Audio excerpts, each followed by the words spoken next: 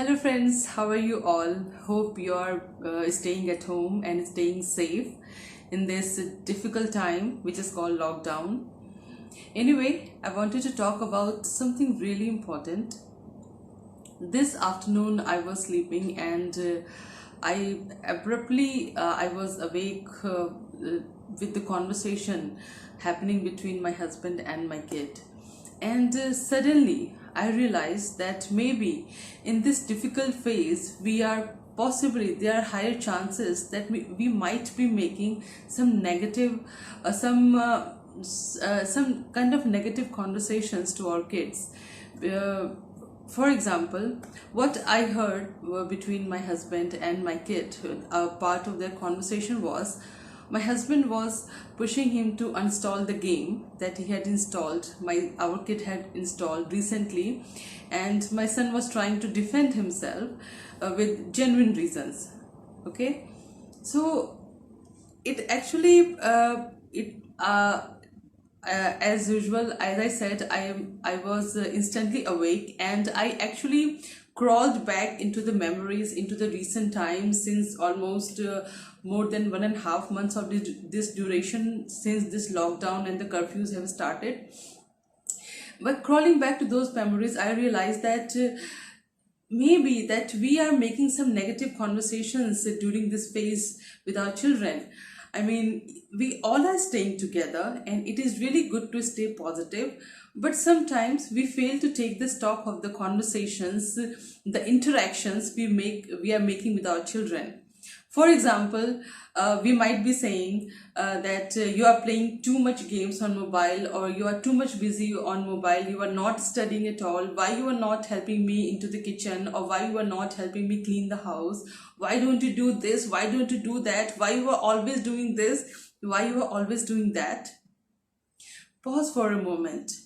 If if any of this, even a single sentence of these examples, if it is a part of your conversations on the frequent basis, it means that we are creating a negative ambience inside our house. Okay, and how you can stay positive if there is a negative ambience, right? So my suggestion is to take the stock of the conversations, put everything together, sit down, think about it first, and then come up with a list of positive sentences that can make our children feel more confident, feel more loved and appreciated, because in this phase we all need some kind of appreciation. Okay, like as a housewife, even I have to cook all the time.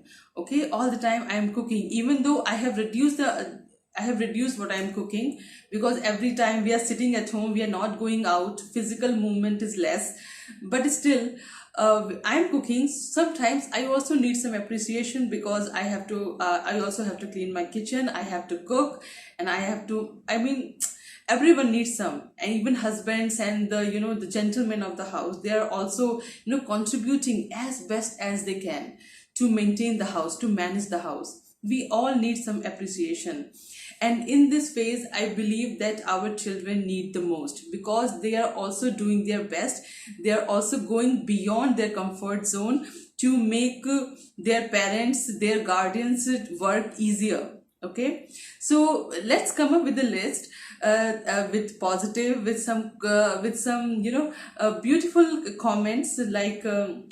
Wow, you have done this job in such a beautiful way that I could not have imagined.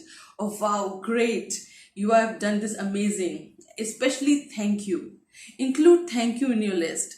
uh, Saying, showing the virtue of gratitude to your children, practicing it with them, it actually automatically instills this quality inside them. So say thank you as many times as possible during the entire day. If your child has helped you in making a sandwich, say thank you, that yes, thank you so much for helping me in the kitchen, thank you so much for cleaning the house, or thank you so much for being focused on your studies, or just doing your best. Okay, we all are trying our best, but at many attempts where we succeed, there are also some times when we fail. And when we fail, we need someone to appreciate the efforts. Okay, because not every achievement, not every goal is about getting successful. It's also about the effort put into it, right?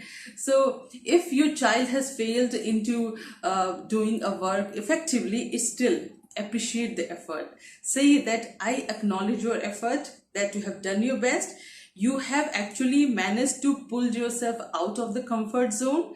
But and it's okay if you could not do this work as I expected, but yet I appreciate you very much. Okay, say thank you to our children, appreciate their efforts.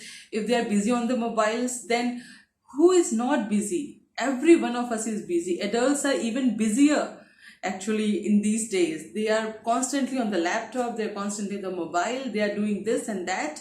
And imagine when we are telling our kids to not to be on the mobile, then imagine their confusion that our parents, our guardians are on that gadget almost for say around 18 hours a day, and they are telling me to not to do that. Okay, so if you want to set a good example, then you have to stay away from the gadgets. Okay, because children learn more from watching than telling. Okay, so when your child is wants to play a mobile game, set up a particular hours. Like we have given one game for to our child for weekdays, and another game, the second game, for the weekends. And there's also a limited slot of time that he's allowed to play. And since we appreciate his efforts, since we acknowledge his passion for those games, so he respects that schedule. It's really important for all of us to do that. Okay, so my simple request is, let's make positive conversations with our children, because this lockdown might be difficult for us, but can be proven the best time phase for the things that we always wanted to do with our children: playing games, staying positive, teaching them that life is beautiful, by appreciating them, by doing things that can make them feel more confident and more beautiful inside. Okay, so let's make positive conversations with our children, and let's show them that yes, we love them in the truest sense possible.